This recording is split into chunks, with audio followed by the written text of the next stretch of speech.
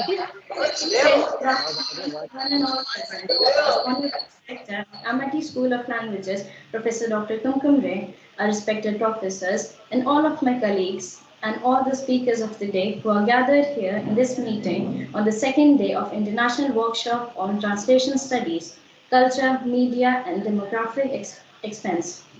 We, as anchors of the day of ASR Department, welcomes you all to this wonderful occasion. Welcome, everyone.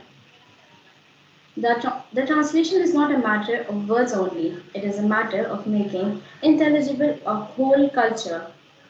International Translation Day is meant as an opportunity to pay tribute to the work of language professionals, which plays an important role in bringing nations together, facilitating dialogue, understanding, and cooperation, contributing to development and strengthening world peace and security.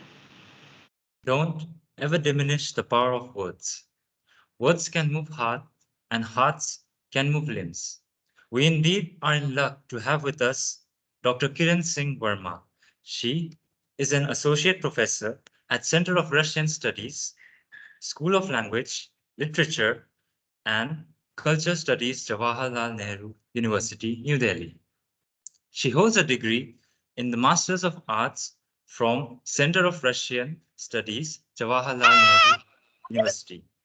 Furthermore, she has completed her PhD from Pushkin University of Russian Language, Moscow, Russian Federation.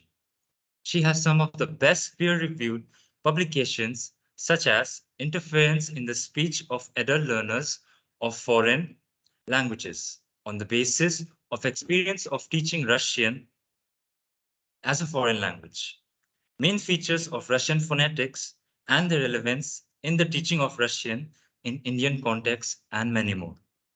Her recent peer-reviewed journals include Letters, Sounds, and Syllables, a new dictionary of Russian abbreviations, Abbreviationary, a dictionary of Indian and international abbreviations. Pozobi po Razgomiasku, Russian reader. She has given various books, reviews, and published various books adhering to themes such as proceedings of international seminars on Fyodor Ivanovich Tyutchev, translations of abbreviations, English to Russian and Russian to English, and many more forthcoming. She is a research guide and has done various international collaborations too. So without any further ado, I would like to request ma'am Hello, to please come and is my share her voice is valuable audible? inputs on the challenges in translating cultures from Russian into Hindi. Over to you, ma'am.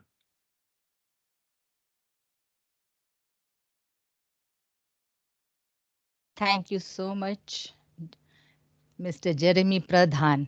Thank you so much. Good afternoon, everyone. Thank you, organizers, for inviting me. Today, we will be discussing and exploring the topic, the challenges in translating culture from Russian into Hindi, with a special focus on the works of the renowned Kyrgyz writer Chingiz Aytmatov. Chingiz Aytmatov's writings have been translated into many languages, including Russian and Hindi, and his works are known for their rich cultural and linguistic nuances. PPT, please. Translating culture can be a complex task that requires not only language proficiency but also cultural understanding. When translating cultural content, it's important to consider the context, the target audience, and the nuances of both the languages involved. Translating cultures from one foreign language into another can be a challenging task, as there are often significant difference between the cultural norms, values, and beliefs of different societies. Some of the problems that arise when translating cultures include language barriers. The next slide, please. The most obvious challenge. Sorry. Language barriers. The most obvious challenge in translating culture is the difference in language. There may be concepts or expressions in one language that simply do not exist in another language or that are difficult to translate without losing important cultural context, linguistic and semantic differences. There may not be an exact equivalent of a word or phrase. Next slide, please.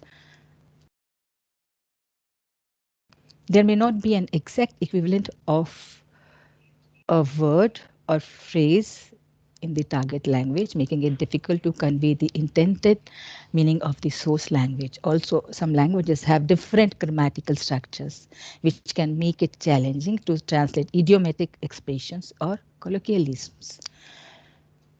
Now, cultural nuances. Culture is inherently complex and multifaceted, and translating cultural concepts and values requires a deep understanding of the nuances of both cultures. Even seemingly simple concepts can have vastly different meanings or implications in different cultural contexts. Cultural differences. Please change the slide. Different cultures have different beliefs, values, and customs. Next one. Next. Next slide. Yeah. No. The last one. The last one. The cultural differences, different cultures have different beliefs, values, and customs, and these may not be translated well into the target language. For example, a gesture or phrase that is considered polite or respectful in one culture may be seen as rude or offensive in another. Contextual understanding. Here, cultural values and practices are often deeply rooted in the history, geography, and social structures of a particular society. Translators must be able to understand and convey this context in order to accurately translate cultural concepts and references. Historical and geographical contexts. Certain cultural references, historical events, or geographic locations may not be familiar to the target audience. Translators need to provide additional context or background information to ensure that readers are fully understanding the source text. Idiomatic expressions and proverbs. Translating idiomatic expressions or proverbs, sayings, can be particularly challenging as they are often unique to a specific language and culture. Literally, translation may not capture the intended meaning, and translators need to be aware of the underlying cultural connotations, tone, intonation, and style. The tone, intonation, and style of the source language may not translate well into the target language, particularly in cases where there are significant differences in the literary translations or stylistic preferences of the two cultures. Addressing these challenges requires translators to have a deep understanding of both the source and target cultures, as well as the linguistic and cultural skills necessary to navigate the complexities of translating culture. It is also important for translators to work collaboratively with individuals from both the cultures to ensure accuracy and sensitivity in the translation process. Sorry. Uh, Translators need to be aware of these potential problems when translating cultures and work to find creative solutions that maintain the integrity of the source text while also making it accessible to readers from different linguistic and cultural backgrounds. Uh, in this presentation, we will explore the challenges and transformations involved in translating Aitmatov's works from Russian into Hindi and how this translation can provide a window into the Kyrgyz culture and way of life. We will discuss the various techniques used in translating cultural elements such as realia, proverbs, and metaphors. I would first like to talk a little about Genghis, the Rekulovich Aitmatov, and about my experience in translating his early stories. The collection of stories of Genghis Aitmatov, translated by me from Russian into Hindi, was dedicated to the 90th anniversary of the world-renowned Kyrgyz writer Genghis Aitmatov, who is primarily known throughout the world as a Soviet writer. He was an expert in both Kyrgyz and Russian. Initially, he wrote some of his short stories and novels in Kyrgyz language, but later translated these works in Russian himself. After that, his works began to be published in Russian, and thus he became a famous figure in world literature. His works have been translated into more than 170 languages. He has been honored with many awards. There was even a proposal to nominate him for the Nobel Prize. Recently, the whole world celebrated the 90th anniversary of the birth of this most famous legend of Kyrgyzstan. Celebration and events were held in honor not only in Kyrgyzstan, Russia and other CIS countries, but also in other countries, including Turkey and other countries of the world, including our country, India also. Several conferences, symposia, exhibitions, and cultural programs were organized in various countries about his life and works. Our university also organized an event dedicated to his 90th anniversary. And on the occasion of the 90th anniversary of the birth of this great son of Kyrgyzstan, when I had the honor of setting foot on this earth, i.e. Kyrgyzstan, the same year I thought on behalf of my university, my country, contribute to this celebration. So I decided to translate some of the works to dedicate to the 90th anniversary of the birth of the hero of the former USSR, Kyrgyzstan. All these early stories of Chingiz Tarekulevich have been translated from Russian into Hindi for the first time. The stories selected for translation in this collection are very heart-touching. Reading these, it seems that the incidents happened in them are related to the author. After reading some stories, the reader will not be able to stop his tears by getting emotional. He himself becomes involved in the characters of the story, feeling everything that happens to them. The stories of Chingiz Aitmatov, I'll सिदाने सीनम, बेटे से मुलाकात, बेली दोस्त सफेद बारिश, सल्दत च्योनक, नन्ना सिपाही, सिपैची, जल संरक्षक, and Krasna Yablaka, Lal Seem, they are full of expressions of feelings and sensations of relationships. Our Indians will definitely like these stories because the culture of Kyrgyzstan is very similar to the culture of our country. The reflection of the civilization and culture of Kyrgyzstan can be seen in these words, all these works. Most of his stories are full of emotion, as I already said, as the readers get totally lost while reading his stories. In addition, he has a unique way of comparison. Most of the stories and novels are inspired by his own life. Most of his characters seem to be characters from his past life. While reading the description of nature in his work, in his works, it is felt that the reader himself is present in that environment.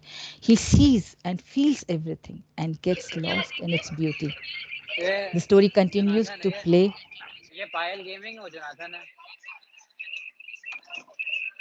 The story continues to play on the screen before your eyes like a movie.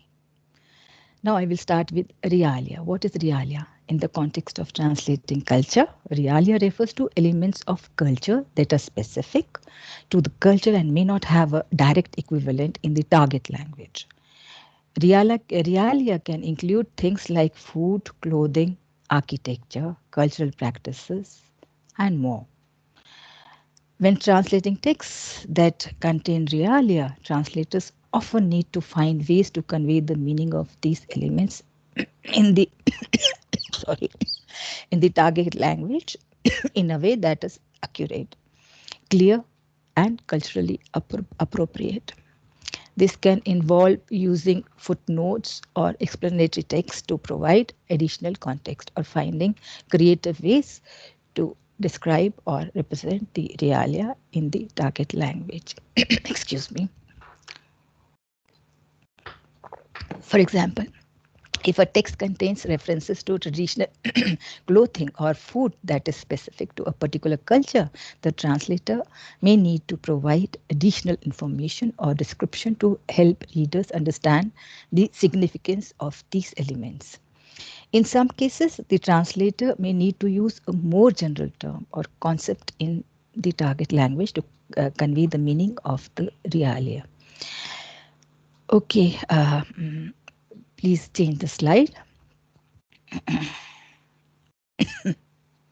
Okay, this is Chingiz Aitmatov, Chingiz Tarikulovich Aitmatov. Next slide, please.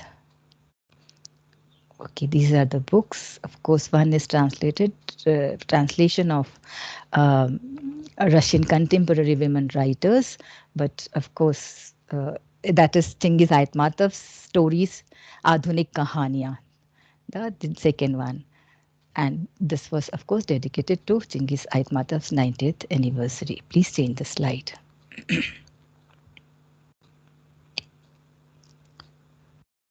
Next one. Yeah, the Kyrgyz Jigit.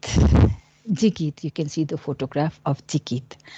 Jigit, when translating the word, the realia, Jigit, I encountered difficulties in understanding the exact meaning of many words. For example, the dictionary meaning of the word Jigit is horseman.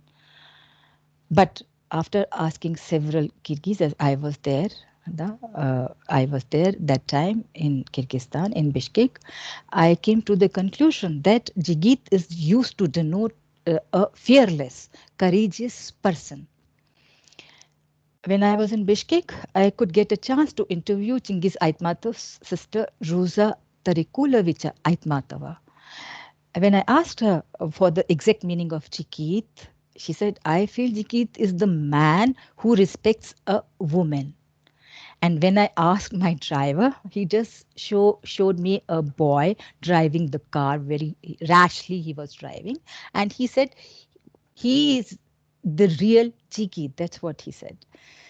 So what you understand with the Kyrgyz realia Jigit, the word Jigit, I just would like to first read a folktale which I translated long back with other 50 Kyrgyz folktales in Russian, from Russian into Hindi, of course. I came across the word Jigit in all these folktales many a times. Here I have used the meaning I found from the dictionaries. But later I felt that I should just transcribe the word Jigit and then give explanatory notes. Explanation should be given.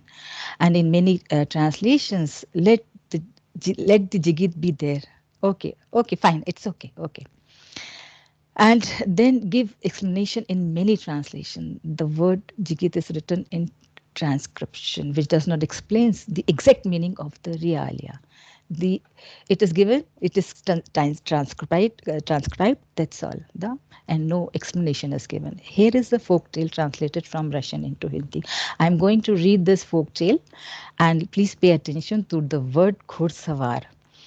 Yeah, so Ghursavar here is Jigit everywhere. Olon Chach, the name of the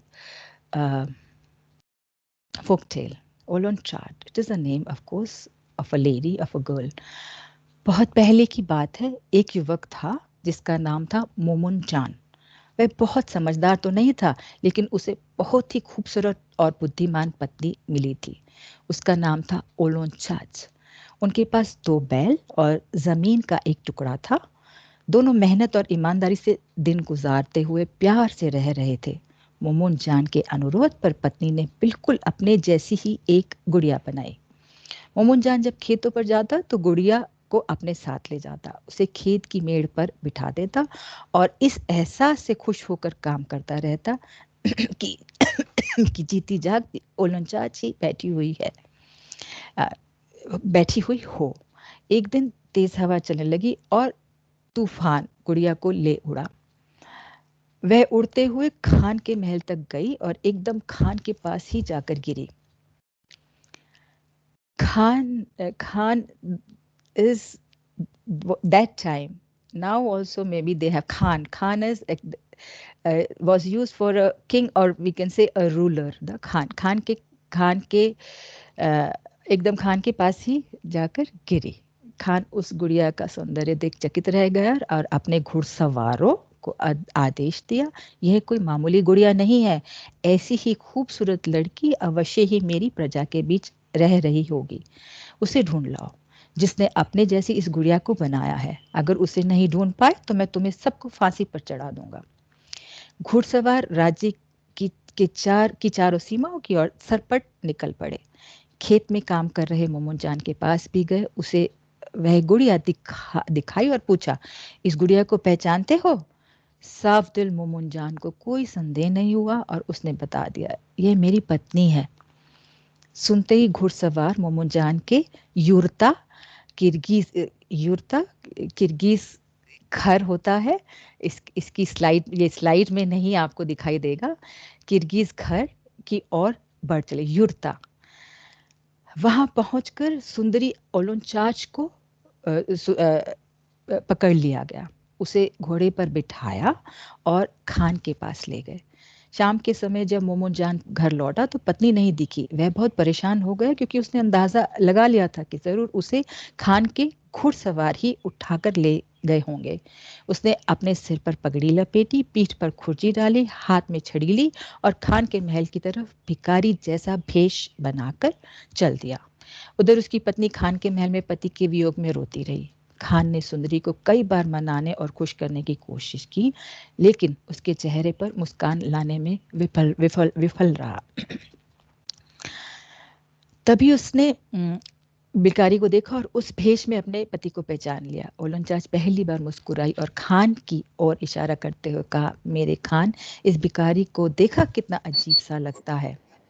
Khan ने सहजता से जवाब दिया, इसमें कोई अजीब बात तो नहीं है, लेकिन अच्छा लगा कि तुम खुश हुई। अगर आप भी इसी रूप में आ जाएं तो मुझे इससे ज़्यादा खुशी होगी। मेरे खान, उसके कपड़े पहन लो और भिखारी बन जाओ। जिंदगी में सिर्फ मीठा ही नहीं, कभी कभी कड़वा भी चखना चाहिए। खान को उस खूबसूरत युवती को खुश करना था। उसने भिखारी को बुलाया और कहा कि वह उसके फटे कपड़े लेना चाहता है। मामून जान ने तत्काल अपने फटे पुराने वस्त्र उतार दिए और यह कहते हुए खान को सौंप दिया, लीजिए मेरे मालिक। खान ने कपड़े बदल लिए और ओलंचाच के सामने खड़े होकर पूछने लगा, अब मैं तुम्हें पसंद हूँ सुंदर युवती? ओलंचाच ने जवाब दिया, बहुत अच्छे मेरे खान, अब तुम बस्ती में जाओ और लोगों से भीख मांगो। इस बीच अगर तुम पर कुत्ते हमला करते हैं तो उन्हें इस डंडे से मारना, छट से दूर भाग जाना। कहते ओलंचाच ठहाके मारकर हंसने लगी। खान भीख मांगने बस्ती की ओर चल पड़ा। कुत्ते उस पर भौंकने लगे। तब ओलंचाच ने घुड़सवारों को बुलाया और कहा, हमारे खान ने आदेश दिया है कि तुम सब इस भिखारी को भगा दो और उसका चेहरा देखे बिना झट से उसका गला काट दो।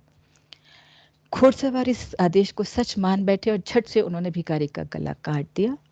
प्रजा बहुत खुश हुई कि क्रूर खान को मार दिया गया है। उन्होंने बुद्धिमानी, साहसी और खूबसूरत ओलंचाच को अपना खान घोषित कर दिया।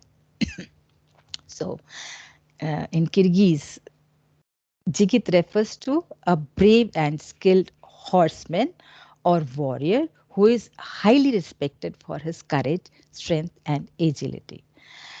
Jigits are admired for their skills in hunting, riding, and traditional sports such as horse riding and horse racing. In Kyrgyz culture, the term Jigit is also used to describe a young man who is considered to be courageous and morally upright. Of course, in Hindi, I have started using the word either diler or nidar.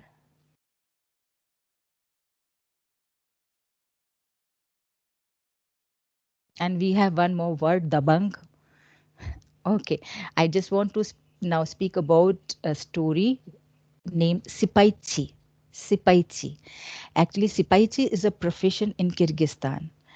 And it was very difficult to find out the exact meaning of this word. I tried finding everywhere in the dictionaries, on internet, everywhere. I asked my Kyrgyz and Russian friends also, but nobody knew what Sipaichi is. I would just like to ask you the meaning of maid. If anyone can tell, please. What is maid? Made क्या होता है? Made, made in Hindi, made, made बांधना, क्या कोई बता सकता है? Made बांधना.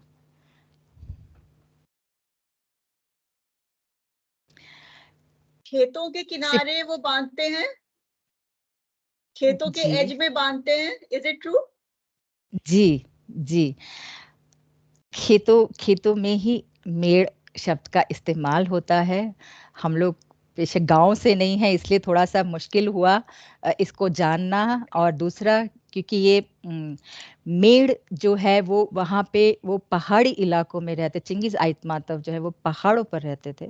और ये सिपाहीची भी जो है वो पहाड़ों से बहती हुई नदी पे मेड़ जो जल संरक्षक होते हैं, इसका ट्रांसलेशन इसी तरीके से फिर के जल, कोई शब्द नहीं मिला तो जल संरक्षक, ट्रांसलेशन में यही शब्द इस्तेमाल कर पाए, यही प्रयोग कर पाए. तो मेड़ जो है वो पानी जो ऊपर से आता है नदी से, पहाड़ों से, तो मेड़ बांधी जाती है इसलिए कि ताकि पानी के बहाव से वो मेड़ से टकराए और खेतों में चला जाए, या फिर जलाशय होते हैं उनमें जाके एकत्रित हो जाए.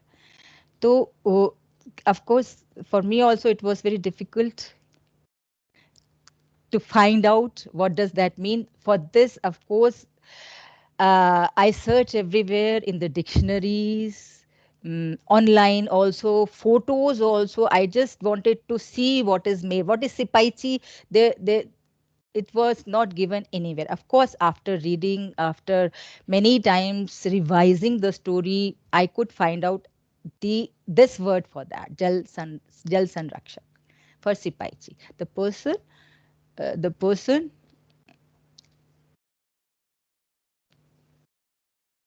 जो मेड़ बांधता है, I can explain it in Hindi, या जो मेड़ बांधता है पानी को एकत्रित करने के लिए, खेतों की सिंचाई के लिए.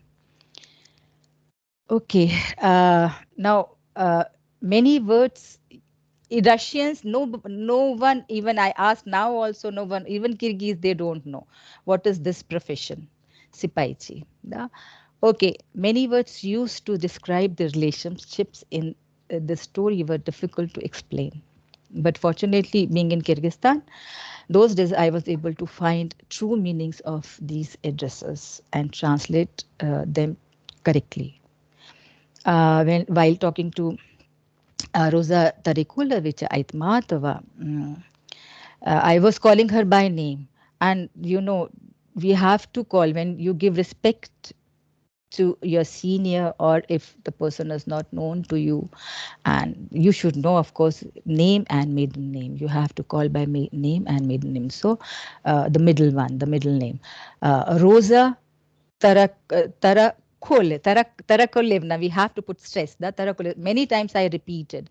Then I said, of course, while talking to her, taking her interview, I just said, it is very difficult. So she said, why don't you call me Rosa Ejre?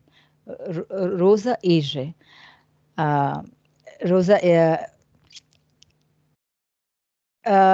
It means Rosa Ejre. It means elder sister, like we have Didi in Hindi. So in Kyrgyz, they have all kinship relations like we have in India. They have chacha, mama, bhabi, everyone they have, not uncle, auntie, right? So in addition, there were conflicts with Kyrgyz dresses, food, and many Kyrgyz words not common in the region. Here are some examples of such realia related to dresses in Kyrgyz language.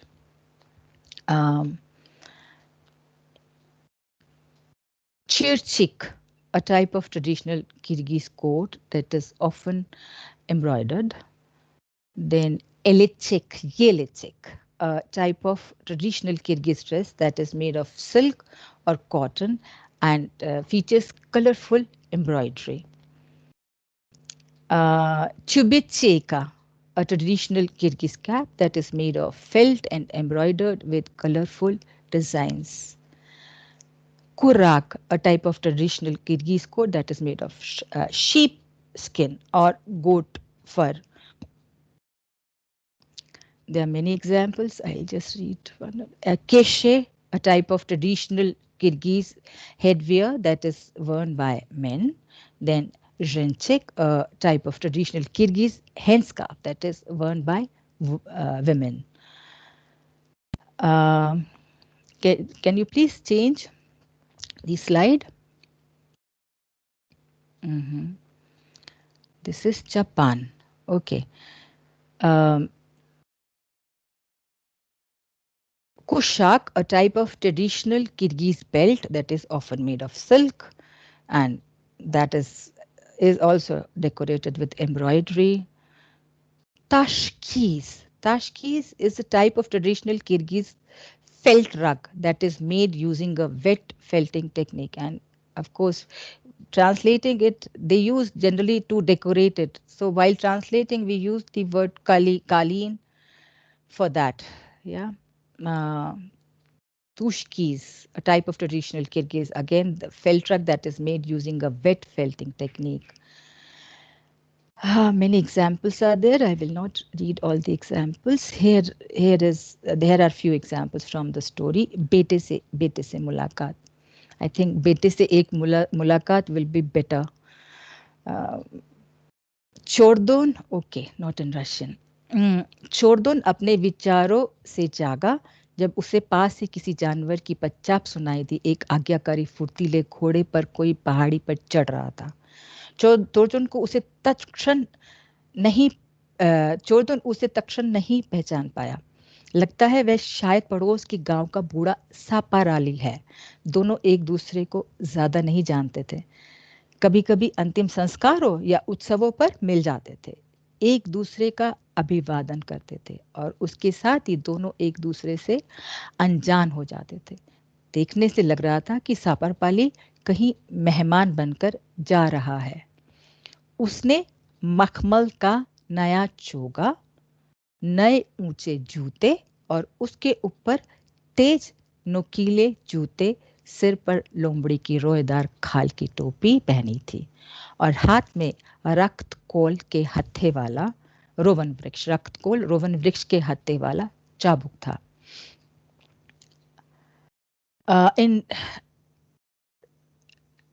Okay, next slide please.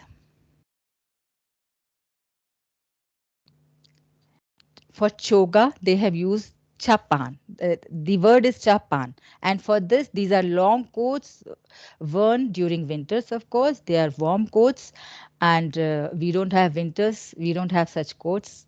These are now of course they have different, it was shown there very beautiful. Last slide please. Hello. Can we...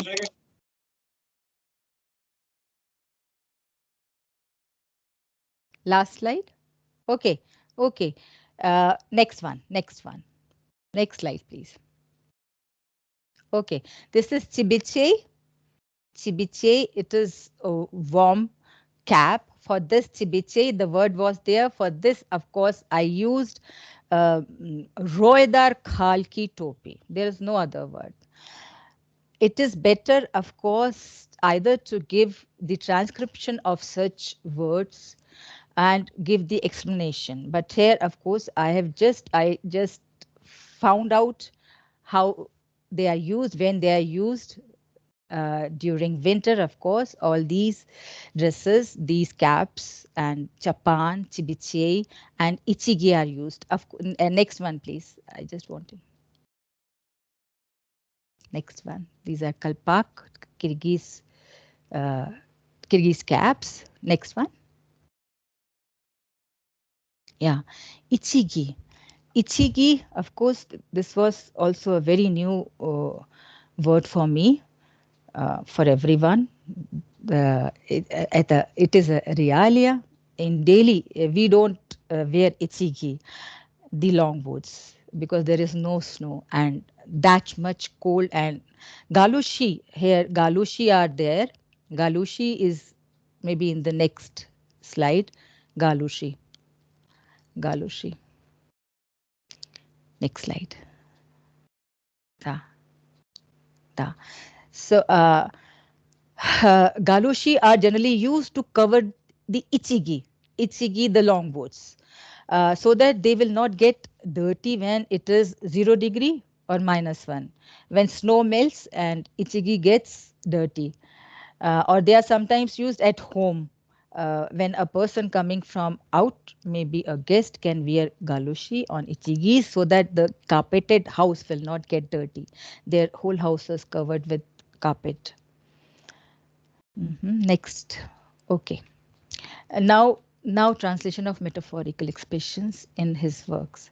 Metaphorical expressions are figures of speech that use a word or phrase to describe something by comparing it to something else that is not literally applicable.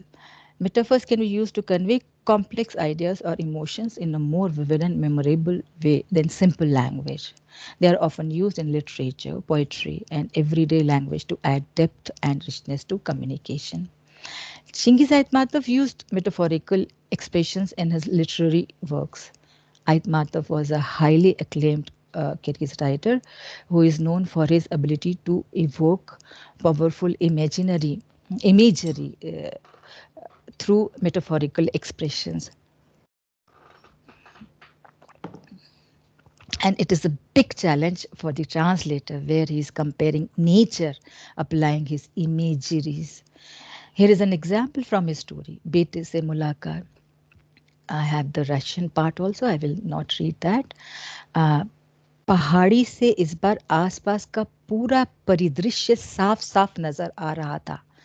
घाटी में अंधेरे में डूबे गांव के बीच पारदर्शी चमक बिखेरते हुए बाग और घरों की सफेद दीवारों के साथ लाल भूरे रंग के सूखे हुए तंबाकू के बागान, पतझड़ की जुताई करते हुए ट्रैक्टर, आकाश में ऊंचाई पर उड़ते चांदी की तरह चमकते हवाई जहाज, क्षितिज पर कबूतर की स्लेटी रंग जैसी शहर की समतल भूमि के ऊपर स्थिर धुएं की चादर, और पूरी इस धरती के ऊपर कोई तेज काली चिड़ियों से घिरी शांत लहर उड़ रही थी. Chingiz Aytmatov lived in beautiful village called Sheker, which was located on mountains. In almost all his works, he describes nature using metaphorical expressions.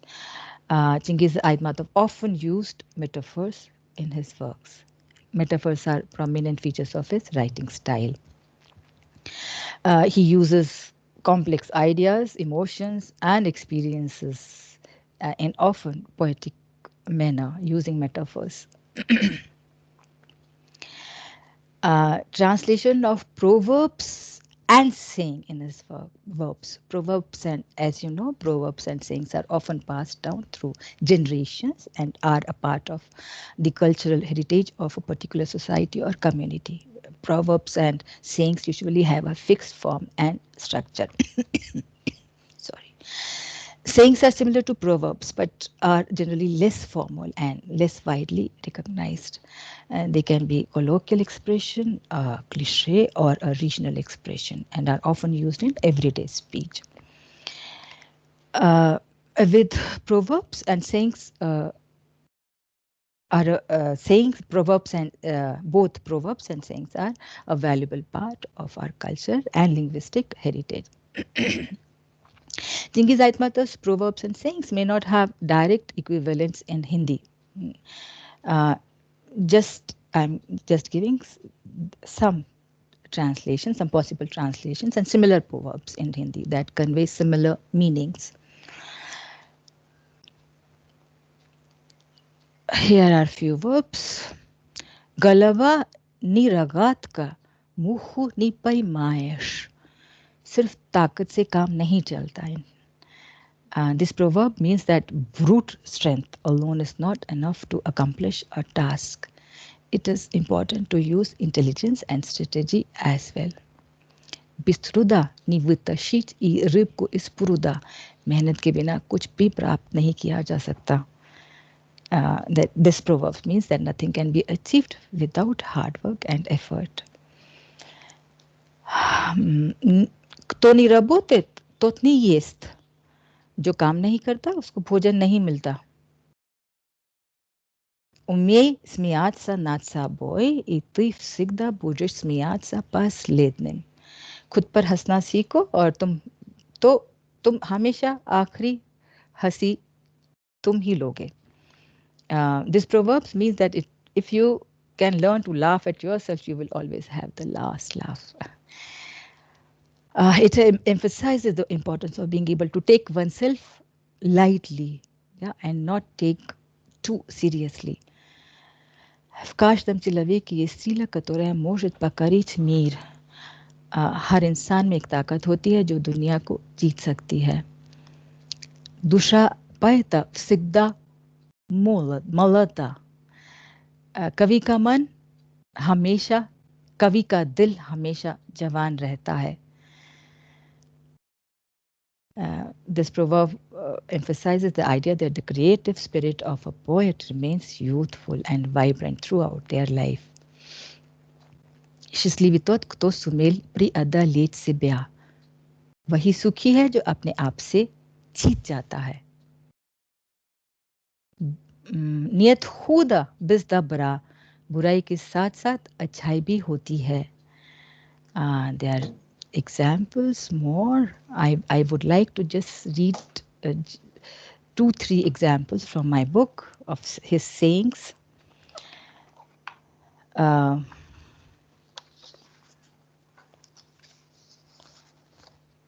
It is mentioned as Chingiz Aitmatov के अनमोल शब्द. इंसान तब तक नहीं मरता जब तक उसे जानने वाले जीवित हैं. कितनी कठिनाई से इंसान में इंसानियत ने जन्म लिया. इंसान लोगों के बिना जी भी नहीं पाता है और लोगों के साथ रहने में भी उसे तकलीफ होती है. अगर दुश्मन युद्ध में शहीद हो जाता है तो फिर वह दुश्मन नहीं रह जाता. अगर जन्म नहीं लिया तो यह दुनिया नहीं देख पाओगे, और अगर जन्म लिया है तो अनगिनत कष्टों के लिए तैयार रहो. हर इंसान के जीवन का एक अनिवार्य उद्देश्य है, आज भी कल भी हमेशा के लिए एक अच्छा इंसान बनना.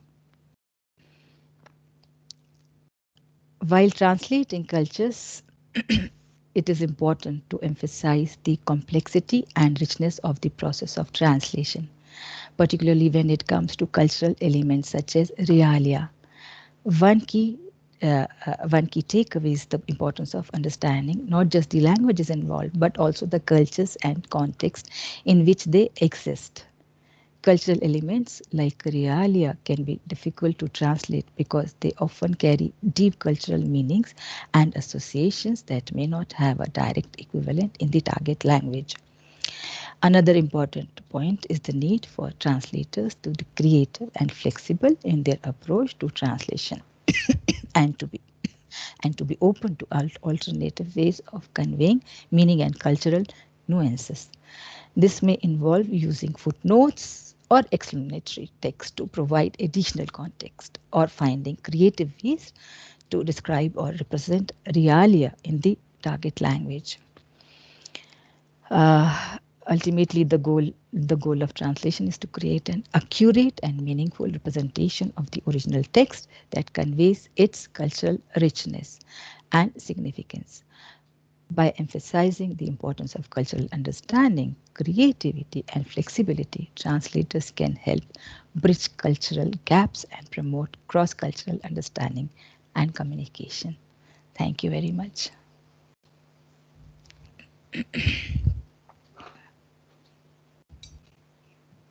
The tongue has no bones, but it is strong enough to move a person's heart. And without a doubt, ma'am, your words motivated and moved each and every one of our hearts. We indeed are really fortunate and blessed to have you and heard your words of knowledge, experience, and wisdom.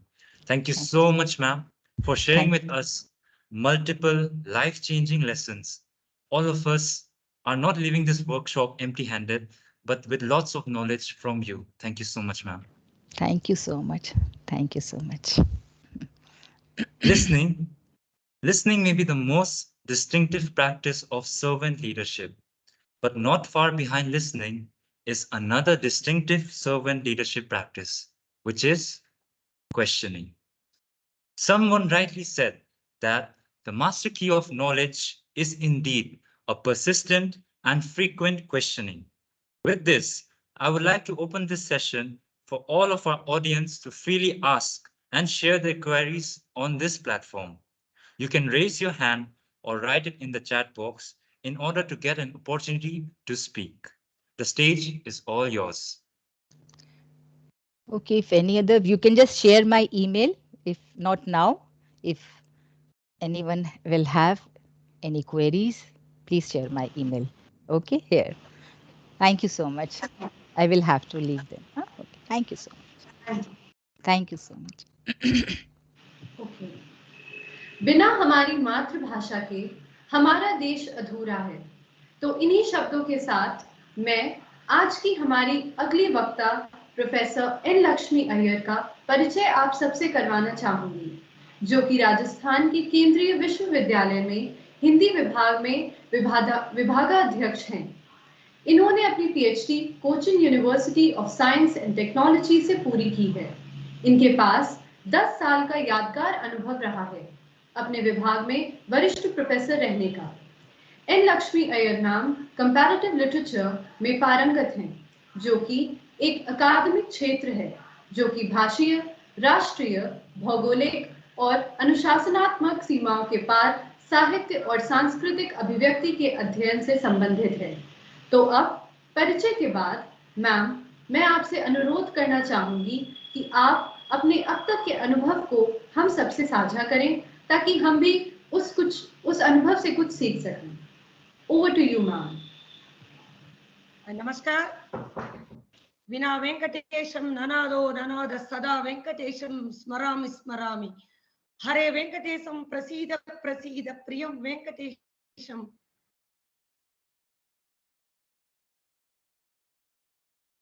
दिया गया है हिंदी के संदर्भ में अनुवाद और भारतीय भाषाओं को लेकर। पहले माँ धरती को प्रणाम और राजस्थान धरती माँ को मारा पधारा देश को प्रणाम, जो मुझे खाना खिलाने वाली माता जी। उत्तर प्रदेश की माता को प्रणाम, क्योंकि भारत देश के भव्य माता है, हर जगह भूमि को ही माता का नाम होता है। मेरा विषय है राष्ट्रीय एकता, भाषिक सांस्कृतिक एकता, अनुवाद से किस तरह से होता है, हिंदी एवं तमिल के संदर्भ में इस एकता किस तरह से पनपती है। पहले इसकी जानकारी के लिए हम हिंदी भाषा की ओर जान ले, जो राजभाषा भी है। हिंदी भाषा का उद्भव संस्कृत पाली प्राकृत अपभ्रंश से हुआ। शौरसेनी अर्धमागधी अपभ्रंश से उद्भव होने के कारण इसका संबंध सिंधु से मानने पर वक्त द्रविड़ शब्द, आजकल सिंधु शब्द द्रविड़ में भी काफी प्रचलित शब्द है, जो संस्कृत में जाकर विलीन हो गया। ईरानी में हिंद, फिर हिंदू, हिंद जिसका शाब्दिक अर्थ है सिंध प्रदेश। हिंद भारत का वाचक होकर ईरानी का ई प्रत्यय लगाकर हिंदी किया। हिंदी का इंडिया विकसित रूप इंडिया हो गया।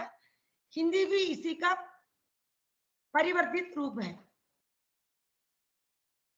अब हम भाषा करेंगे अनुवाद।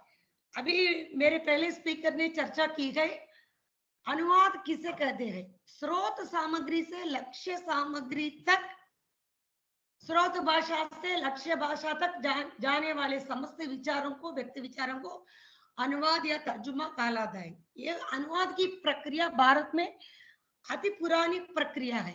हम सभी मानते हैं कि अंग्रेजी लोग आने के पहले से है। ये हमारे सनातन भारत में अनुवाद की प्रक्रिया बहुत बहुत पुरानी है।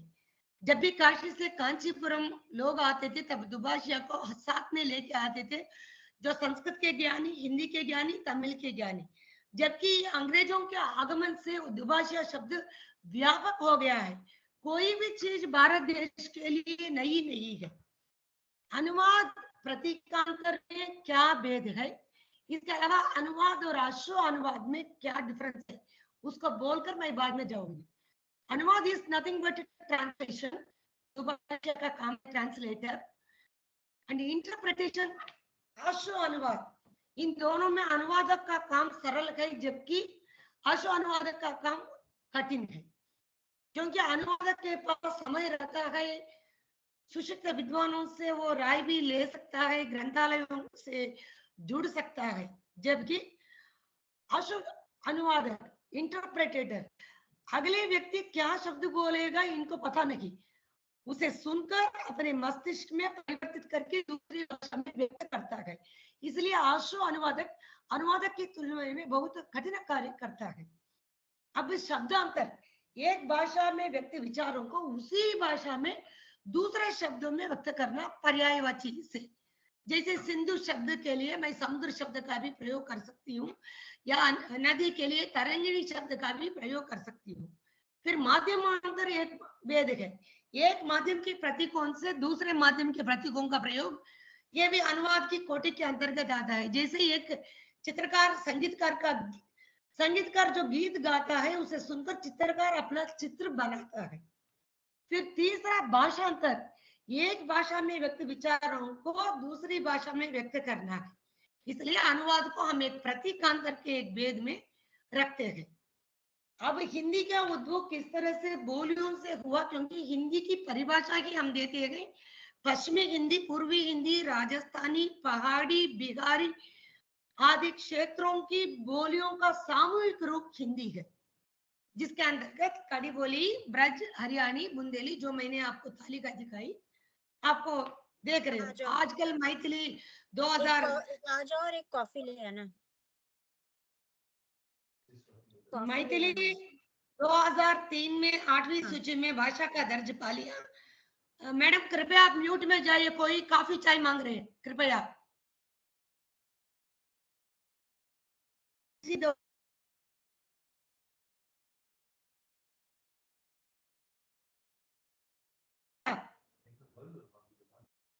Shraddha, am I audible? Yes, ma'am, you are audible. Then you have to say yes or no, no. Then Hindi भाषा का विकास अगर मानेंगे तो ईस्वी 1000 से लेकर 1500 तक है, जबकि हम हिंदी साहित्य को मानेंगे तो आदिकाल संवत 1050 से लेकर 1375 तक, भक्ति काल 1375 से लेकर 1700 का विशाल सुदीर्घ काल, रीति काल 200 साल 1700 से लेकर 1900 संवत, आधुनिक काल 1900 से लेकर अब तक है। ये हो गई छोटी मोटी विशेषताएं हिंदी। अब किस तरह से हिंदी से साहित्य मिलने वाली समानताएं क्या क्या है। तमिल अत्यंत प्राचीनतम भाषा है, जिसमें ग्रीक से भी प्राचीन भाषा के रूप में विदेशियों के द्वारा स्वीकृत भाषा है तमिल है। आजकल यूएनओ में भी हमारे जो प्रियतम प्रधानमंत्री मोदी जी इसके बारे में बहुत उसकी महिमा के बारे में बोल रही है, धन्यवाद मोदी जी को। पेरियालवार तमिल के आलवार कवियों में सुप्रसिद्ध कवि है। पेरियालवार ने जिस आकृति में श्री कृष्ण को यानी विष्णु भगवान के बालक रूप को देखा है, उसी तरह मलयालम का पूंदानम कवि ने देखा है, पुरंदरदास कन्नड़ के देखा है, पोतना तेलुगु के देखा है, और सूरदास हिंदी में। किस तरह से समानता है भारतीय समस्त भाषाओं के लिए एक उदाहरण मात्र है, क्योंकि 22 भाषाएं मैंने नहीं लिया है। तुलसीदास कंबन 8th मलयालम में लिख रहे हैं, कंबन तमिल में लिखे थे, तुलसीदास कंबन 11वीं शती के है। उसी तरह आंडाल साहित्य जो 6वीं शती से लेकर 12वीं शती तक विस्तृत है। अक्मा देवी, नायनमार तमिल के, हिंदी के समस्त कृष्ण भक्त कवि, एक समानता पाई जाती है। फिर दिनकर, निराला, सोहनलाल द्विवेदी, ये सब, सुब्रमण्य भारती, भारतीदासन, कई ऐसे कवि है, कविगण है उसमें। ये मात्र किस तरह से भाषा, साहित्य, संस्कृति एक दूसरे से मेल खाता हुआ चली जाती है भारत में, इसलिए मैं इसका जो उदाहरण आपके लिए पेश किया है।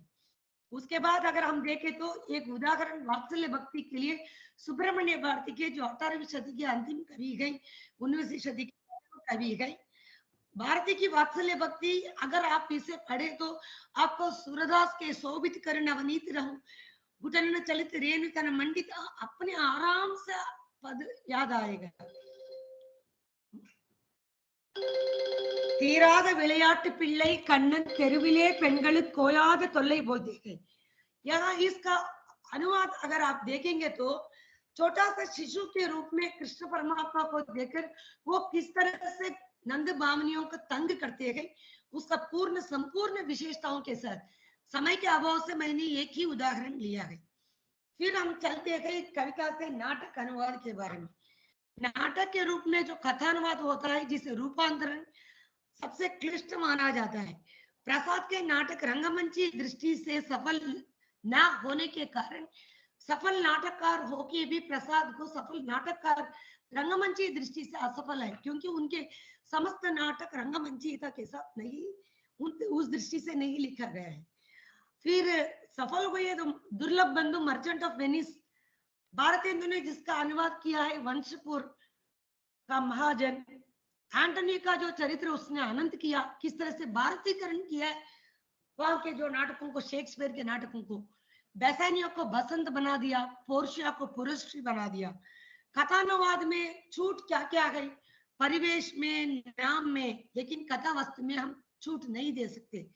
उदाहरण के लिए रीमेक मूवी की तरह कथा वस्तु वही रहती है जबकि छूट में या परिवेश में नामों के साथ छूट ले सकते हैं। उत्तर दक्षिण पूर्व पश्चिम के नैसर्गिक भौगोलिक स्थिति पर ध्यान देते हुए इस प्रकार का अनुवाद किया जा सकता है। जैसे मलबार में जो केरल में कई नारियल पेड़ों का उसकी शोभा का वर्णन होता है राजस्थान में आते आते राजस्थान में जो प्रसिद्ध कई राई के जो फसल है उसके संदर्भ में हमें लेना होता है नैसर्गिक सुंदरता को याद में रखते हुए। वहां लक्ष्मी पार्वती परमेश्वरी ऐसा नाम हो तो यहाँ किशोरी काजल नीलम यहाँ के जो परिवेश के अनुसार नाम में भी परिवर्तन किया जा सकता है अनुवाद करते वक्त। इसके साथ सारानुवाद छायानुवाद व्याख्यानुवाद भाष्यानुवाद। यह व्याख्यानुवाद भाष्यानुवाद बहुत पुरानी है भारत के लिए क्योंकि शंकराचार्य आदि शंकराचार्य के अद्वैतवाद के भाष्य लिखे गए उसके बाद भगवत गीता के कई भाष्य लिखे गए कई जिसको व्याख्या सहित आज भी मौजूद है ये सब ये भाष्यानुवाद में आएंगे। फिर शब्दानुवाद भावानुवाद जिसे वर्बल ट्रांसलेशन शब्दानुवाद कहा गया। एक भाषा की मुहावरे या लोकोक्तियों के अनुवाद पर भी ज्यादा ध्यान देना होगा। फिर आर्य भाषा क्योंकि समस्त आर्य भाषा ये बहुत आसान है सीखने की दृष्टि से जबकि द्रविड़ भाषा ये बहुत कठिन है उसकी ध्वनिगत विशेषताओं के कारण। आर्य भाषा से द्रविड़ भाषा के अनुवाद में क्या क्या कठिन कार्य आते हैं मैंने हिंदी एवं तमिल के संदर्भ में यहाँ लिया है। तमिल की वर्णमाला के अनुसार जो अक्षर है वे हिंदी में बिल्कुल ना होने के कारण उच्चारण अर्थ एवं संदर्भ के अनुसार प्रयोग करना होगा तमिल में। हिंदी में ऐसा नहीं है। तमिल के कुल अक्षर 23 है तेलुगु में लगभग पहले वो 58 थे अभी 57 के आसपास है अभी 56 दिया गया है हिंदी में अभी 46 है। जैसे का के परिवार के लिए तमिल में का एक प्रतिनिधित्व करता है कमला के लिए भी वही का है खंड के लिए भी वही का है गवास्कर के लिए भी वही का है घी के लिए भी वही का है। आप सोच सकते हो एक ही बर्तन में कई पकवान बनाया जाता है लेकिन वो प्रयोगात्मक दृष्टि से अलग है। जैसे हर एक के लिए उदाहरण मैंने दिया चा परिवार के लिए एक ही रिप्रेजेंटेटिव एक प्रतिनिधित्व चा अक्षर है चा छा जा झा के लिए वही प्रतिनिधित्व करता है। उसी श्रृंखला में टा वर्ग के लिए एक ही अक्षर टा है जो ठा ठा डा डा के लिए भी है। टा वर्ग के लिए मात्र एक अक्षर ता है था था धा धा के लिए। पा वर्गिक परिवार के लिए मात्र अक्षर पा है वो पावमुख है या भावमुख है। पावम मतलब पाप है भावम मतलब भाव है। प्रसंग के अनुसार संदर्भ के अनुसार उसका अर्थ लिया जाता है इसलिए तमिल अत्यंत कठिन भाषा मानी जाती है। तमिल में 3 अक्षर ना के लिए है एक ना के अलावा भी ना उच्चारण की दृष्टि से जिसे मूर्धना कहते हैं। अण्णामलई के लिए वो प्रयोग होता है अण्णामलई के लिए जीव को मरोड़ कर कहना है बाकी ना दूसरा ना है। फिर नटराजन ना एक है। फिर तमिल में 2 ला है लक्ष्मी के लिए एक ला है अड़ा पवड़मु के लिए पवड़ के लिए ला है जो राजस्थानी में भी वो अक्षर पाया जाता है। उसी तरह शाह का प्रयोग बिल्कुल नहीं है। शशांक के लिए चा या सा का प्रयोग ही तमिल में होता है। इन सारी बातों को ध्यान में रखकर ही अनुवादक को अनुवाद करना होगा।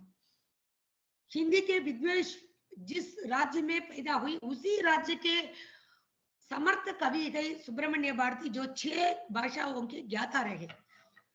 और तमिल में कुछ ऐसी लोकोक्तियां भी गई जिनके उपमान अर्थ दोनों भाषाओं में बराबर है। जैसे कोलकियर नाय कड़िकादु, भौंकने वाला कुत्ता कभी नहीं काटता। दोनों में उपमान उपमेय दोनों समान है। मीन कुंजुक नींद कत तरनुमा, मछली के बच्चों को तैरना कौन सिखावे। आड़ தெரியாதவளுக்கு முற்றம் கோணலாம், नाच न जाने आंगन टेढ़ा। ये बिल्कुल समान अर्थ है, समान उपमान है, समान उपमेय भी है, आप देख सकते हो।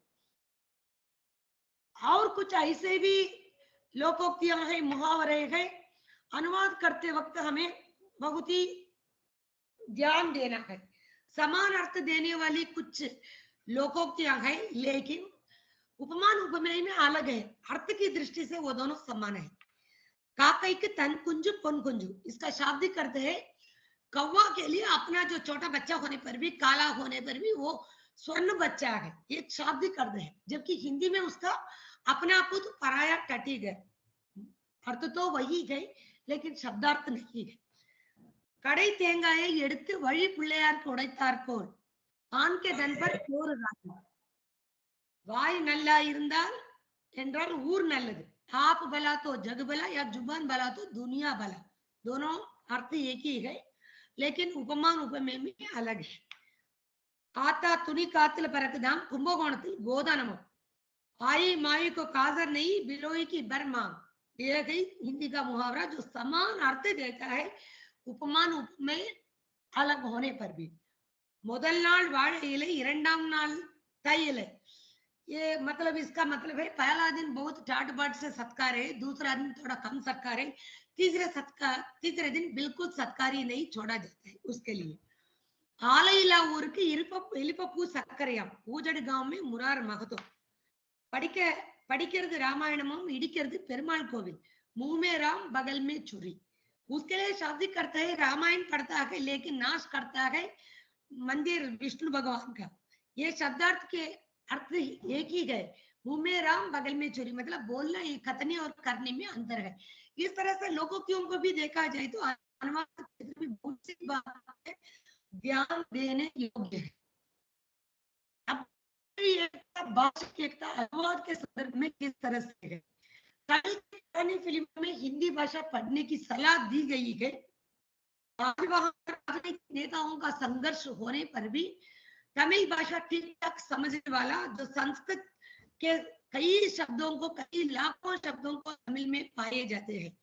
फिल्म सिद्धि एक 1992 में जो रिलीज हुई मूवी है, उसमें कालमिद एक लोरी है जिसमें क्लियर कट हिंदी पढ़ने के लिए सिफारिश की जाती है। जितना तमिल के राजनीतिज्ञों की स्वार्थपूर्ण राज के भाव के कारण हिंदी पढ़ने से अनुवाद वहां के लोग वंचित रह गए। जितना भारतीय भाषाओं के साहित्य अनुवाद के सहारे तुलनात्मक साहित्य के माध्यम से हम पढ़ते हैं, उतना मानसिक उदारता बढ़ेगी। वसुधैव कुटुंबकम की स्थापना होगी जिससे विश्व बंधुत्व की कामना बढ़ेगी। किसी भी भाषा से नफरत घृणा ना करें, किसी भी व्यक्ति से ना करें, क्योंकि भारत समुदाय, भारतीय का मतलब है भारत देश में रहने वाले समस्त हिंदुस्तानी, यही तो मध्य उद्देश्य है। जब तक समस्त भारतीय भाषाओं की एकता नहीं होगी तब तक राष्ट्रीय एकता की संभावना बिल्कुल नहीं होगी। अब हम चलते हैं किस तरह से देश के पारंपरिक संप्रदाय को सुरक्षित रखते हुए विज्ञापन क्षेत्र में भी अनुवाद जारी है।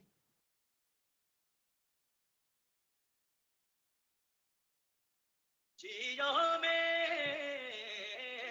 घूम रे उमड़े बरसे सावन बरसे बरसे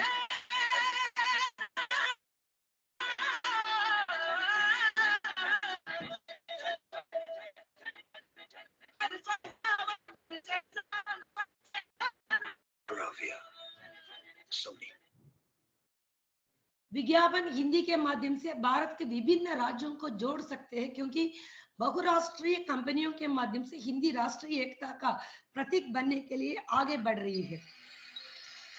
ഒന്നും പറയാതെ ഒന്നും മിണ്ടാതെ മനസ്സും മനസ്സും സംവദിക്കും പ്ലേ না ভাষণে না বচনে মনে মনে কথা চলে প্লে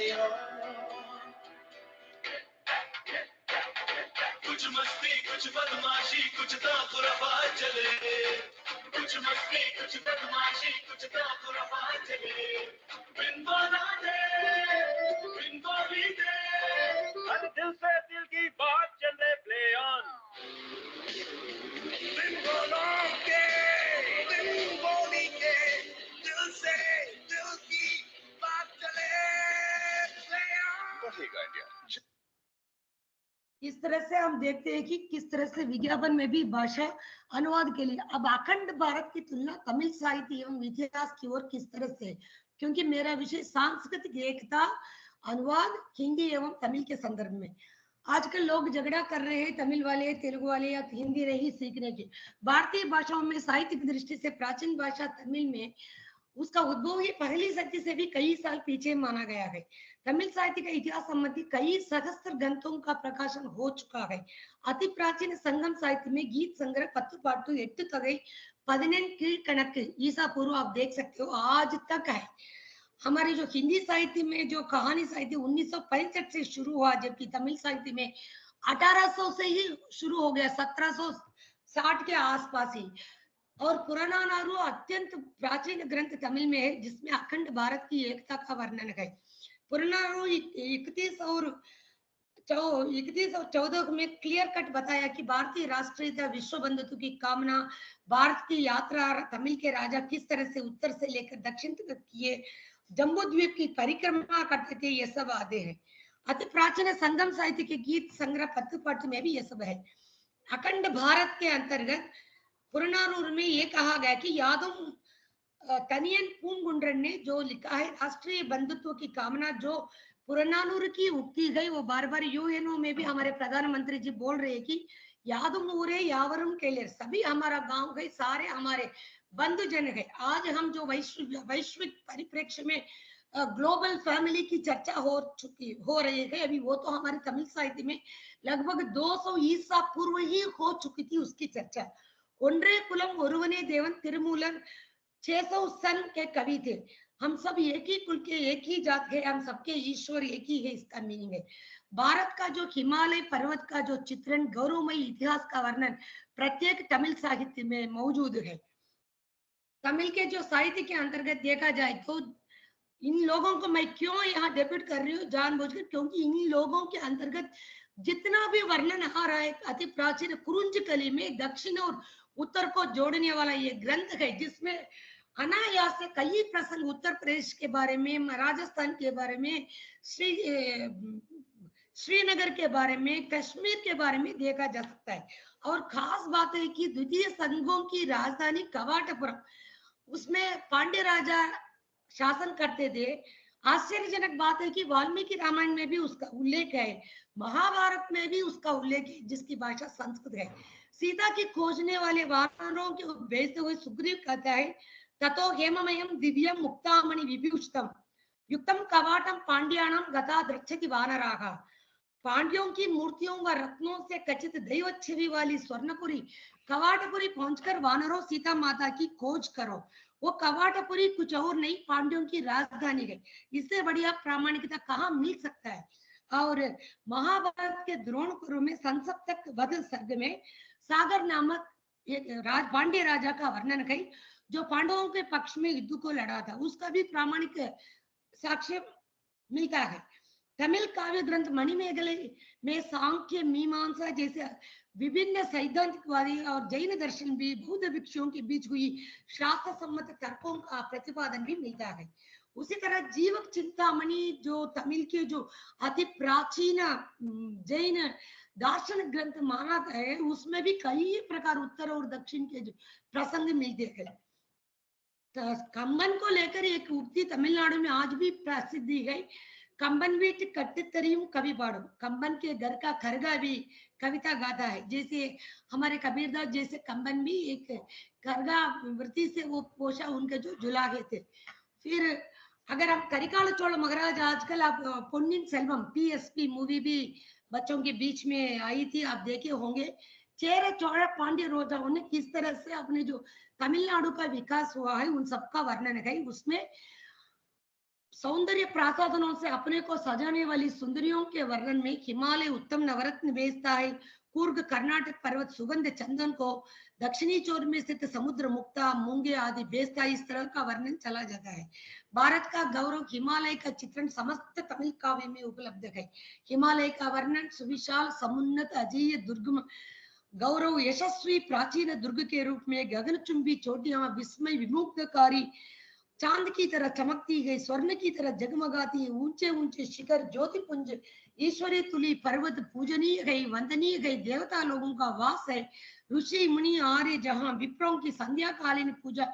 इस तरह 14 कीर्तनक में वर्णन सौम्य रूप से सुंदर रमणीय शब्दों से पूर्ण भाषा से वर्णन मिलता है। अगर उसके बाद आप देखा जाए तो तमिल की संस्कृति के संबंधित कई कहानियों में मनुनीति चोड़न गई, जिसे मैंने अभी वाराणसी में तमिल संगम में प्रस्तुत किया था। फिर दयालु रानी पारी महाराज है संगम साहित्य, पोरकई पांड्यन गए, दयालु बेगन गए जो एक मोर ऐसे तड़प रहा था जो ठंड में अपने दुशाला ओढ़ के वो चले गए। और राजा, प्रत्येक राजा के लिए एक सांस्कृतिक विरासत से पूर्ण कहानी है। समय के अभाव है, क्या श्रद्धा मैं बता सकती हूँ 5 मिनट में? समय है? Yes ma'am. ये यईलन का नाम है मनुनीति चोड़न। उसका समय देख लीजिए, ईसा पूर्व 2005, ईसा पूर्व, कृपया नोट कीजिएगा, ईसा पूर्व 205 से लेकर 161 तक है। इस राजा का नाम एल्लालन है, जिसका जो उसकी उपाधि है मनुनीति चोड़न, क्योंकि उसके रथ को एक दिन उसका युवराज 10 साल का युवराज लेके गया। जब किसी अनायास से वो गलती से एक बछड़े पर उस रथ को चढ़ाया, जिससे बछड़ा मर गया है, ये कहानी है। एक दिन पहले अगले दिन उसकी माता यानी गैया माँ गाय जाकर उस मंदिर के उसके जो भवन के बाहर की जो घंटिका को बजाती है। राजा आता है, गाय रोती रोती जाती है, उसके पीछे जाता है। राजा को कारण मालूम हो जाता है, तब राजा उसी सजा दिलाता है जिस तरह से उस बछड़े के वध के कारण उस गैया को जो दुख हुआ, वही दुख मुझे और मेरी पत्नी को होना चाहिए बोलकर खुद रथ चढ़ाता है युवराज पर। फिर धर्म देवी प्रत्यक्ष होकर उसको युवराज दे दी। उसी दिन से उसका नाम धर्मबद्ध मनुनीति चोड़न हो जाता है। ये बहुत ही पुरानी संस्कार से पूर्ण तमिल की कहानी है, ईसा पूर्व 205 की है, उस समय के राजा के बारे में। फिर 200 ईसा पूर्व के लिए दयालु एवं दानी पारी महाराज एक बार टहलने जाते हैं, तब निराधार मुल्लई फूल एक चंपा चमेली की तरह एक फूल है, शायद जूही से तुलना कर सकते हैं हम। वो देखता है वो ऐसी निराधार नीचे है, उसके लिए अपना जो रथ खड़ा करके घोड़ों को लेकर वो पैदल चला जाता है। इसका मतलब क्या है, उस राजा का प्यार मात्र इंसान से ही नहीं बल्कि समस्त वस्तुओं से। आज बहुत विडंबना है, इंसान को इंसान से प्यार नहीं है। फिर पोरकई पांड्यन 4वीं-3वीं सदी ईसा पूर्व के है। एक शीलवती नारी की रक्षा के लिए निस्वार्थ भाव से प्रजा देश को निर्दोष मानती हुए राजा अपने जो हाथ को मतलब हाथ कटवा कर सिद्ध करता है, वो धार्मिक राजा है। मतलब प्रतिदिन राजा टहलने जाता है, अपनी जनता खुश है या दुखी है देखने के लिए। एक घर पे रुकता है जहां बातचीत होती है पति पत्नी के बीच में। पति पत्नी से बोलता है कि तुम मायका चले जाओ क्योंकि मैं वाराणसी पैदल जा रहा हूँ। तो पत्नी बोलती है मैं तो पांडे राजा के यहाँ रहती हूँ, मुझे डर किसके लिए। ये सुनकर पांडे राजा बहुत खुश हो जाते हैं। अगले दिन से डेली पहरा देने के लिए इधर उधर घूम के उस घर को प्रत्येक दृष्टि से पहरा देता है। पति निर्देशित दिन के 2 दिन पहले आ जाता है। 12 बजे उनके घर से कुछ बातें सुनने को मिलती है। राजा एक आशंका भाव से कहीं चोर तो ना घुसा बोल के दरवाजा खटखटाता है। फिर कौन है, पति की आवाज वो सुन लेता है। वो तुरंत जाकर कहीं उनके पातिव्रत्य का भंग ना हो जाए सोचकर सभी के दरवाजे खटखटा के चला जाता है। अगले दिन जनता सभी जाकर राजा दरबार में बोल दे कि ये चोर आकर आपके राज्य में दरवाजा खटखटाई, ये कहाँ तक है? तो राजा बोलते हैं उस चोर के लिए क्या दंड दिया जाए, उसके हाथ को काटना है। राजा तुरंत अपने तलवार से काट देता है अपने हाथ को। उसके बाद सारा वृत्तांत मालूम करा के सारी जनता स्वर्ण कर राजा को भेंट करती है। तमिल में कई पांड्यन मतलब स्वर्ण कर पांड्य राजा। इस तरह के वहां के राजा नीति प्रिय रहे थे। दयालु बेगन मैंने कह दिया है सर्दी के लिए जो अपना दुशाला रेशमी दुशाला छोड़कर इस तरह की संस्कृति प्रधान तमिलनाडु राज्य की संस्कृति से ओतप्रोत अगर वहां हिंदी भी पनपती है तो सोने में सुहागा हो जाएगा। फिर आ रहे हैं हम आपको नायनमारों का भक्ति साहित्य सन 600 से लेकर 1400 तक समस्त भारतीय भाषाओं में साहित्यिक दृष्टि से अगर उत्तर भारत के समस्त भक्ति साहित्य को कहीं प्रेरणा आंदोलन के रूप में मिला तो दक्षिण के तमिलनाडु से ही गए। इनका नाम है नायनमार है। इनकी संख्या है 63 है जिसमें एक स्त्री भी है। और ये भगवान शिव को लौकिक रिश्तों के माध्यम से देकर अलौकिकता पाने के लिए नायनमार नाई का शापी करते हैं कुत्ता। भगवान के सामने अपने को कुत्ता मानकर नीच मानकर ये भगवान की प्रभुता को स्वीकारते हैं। अपने काव्य सौंदर्य लहरी में यहाँ जो द्राविड़ शिशु के नाम से आदि शंकराचार्य इन चार में से अपर सुंदर संबंधर है।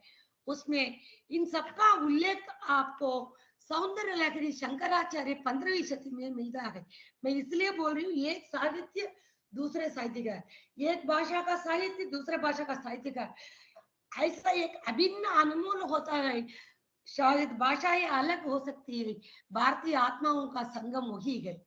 फिर उसके बाद वैष्णव साहित्य है जिसमें 12 संख्या है जिनको हम आழ்वार के नाम देते हैं। इन सबके जैसे मैंने पेरिया आழ்वार कहा था, पेरिया आழ்वार मतलब बृहत आழ்वार, बड़ा आழ்वार, भगवान को शिशु मानकर उनको आशीर्वाद देने वाले आழ்वार।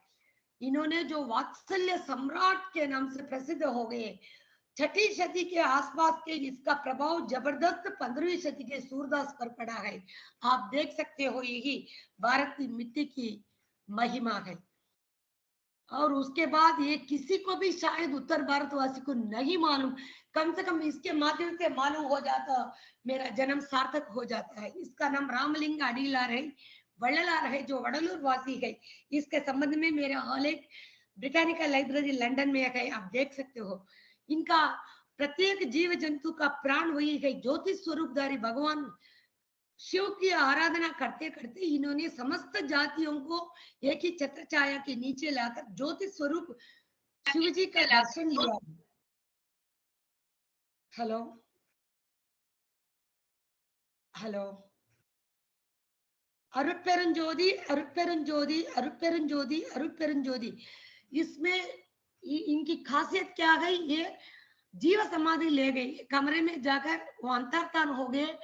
और उसके बाद वहां के वाइसराय ने इस पर पूछताछ भी की गई और शिकायत की गई। सब कुछ निकालने के बाद आज तक इसका शव नहीं मिला, बल्कि उस जगह पर एक दिया जल रहा था। इसके संबंध में मद्रास गजट 343 पृष्ठ पर उस अंग्रेजी ऑफिसर ने लिखा था, वो भी आज भी थॉमस मनरो उनका नाम था, वो आज भी मौजूद है।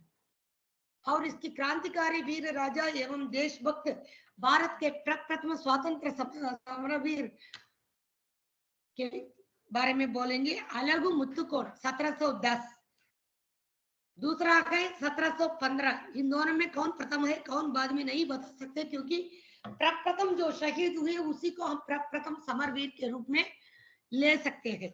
महावीरन पुलितेवर, ये दोनों राजा प्रांतीय राजा थे जो ब्रिटिश के खिलाफ जा करके फांसी पर उनके द्वारा लटकाए गए शहीद वीर गए जो तमिलनाडु के गए 1710 के हैं।